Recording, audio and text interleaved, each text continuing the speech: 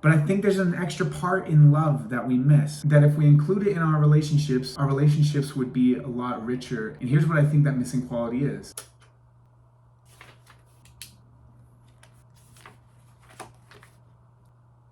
If you're anything like me, you have very high standards, as we all should. I don't see any reason why we shouldn't have high standards. A standard to me implies quality, and a standard also implies a certain level of value. And the way I've always seen it is that if we don't have high standards, it's almost as though we're disrespecting ourselves and other people who have to live up to whatever standards they are that we create. Even in our relationships, and that's what I really want to focus on. I think that we can have this standard of saying, hey, if you're going to be in my life as a friend or as a family member or as a romantic partner, then it's not unreasonable to have this expectation of mutual respect. My highest standard in my life, personally as a Christian, is this standard of love. And what I mean by love is not just this warm feeling that I have. In fact, it's much deeper than an emotion. When I say I'm going to love somebody, I'm going to respect them, give them my time and attention. I'm going to help them and meet their needs. I'm going to be there for them in the good times and the bad. But I think there's an extra part in love that we miss, a standard that if we include it in our relationships would be a lot richer and more manageable. And here's what I think that missing quality is. It's showing grace. And by grace, I mean, if I fail you, will you forgive me and give me a second chance? And if you fail me, just know it's not the end of our relationship, and I'm not going to see you any different, and I'm not going to treat you less than I have, because that's what you mean to me. Grace needs to be a part of the standard. The standard is here saying, I want this quality of relationship. But in order for that to happen, we have to be willing to include the quality of grace. So instead of lowering your standard, reinforce your standard with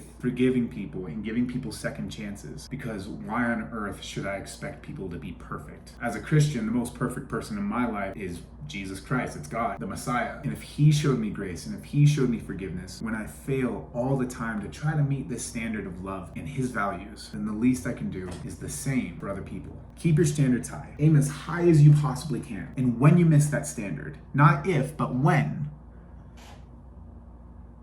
show yourself some grace and show other people some grace. Will any of us or anything that we do be perfect? No, that's why we have Jesus. But does that mean we shouldn't try? Of course not. Grace allows growth. So add that to one of your highest standards and highest values and principles that guides your life. Let me know what you think.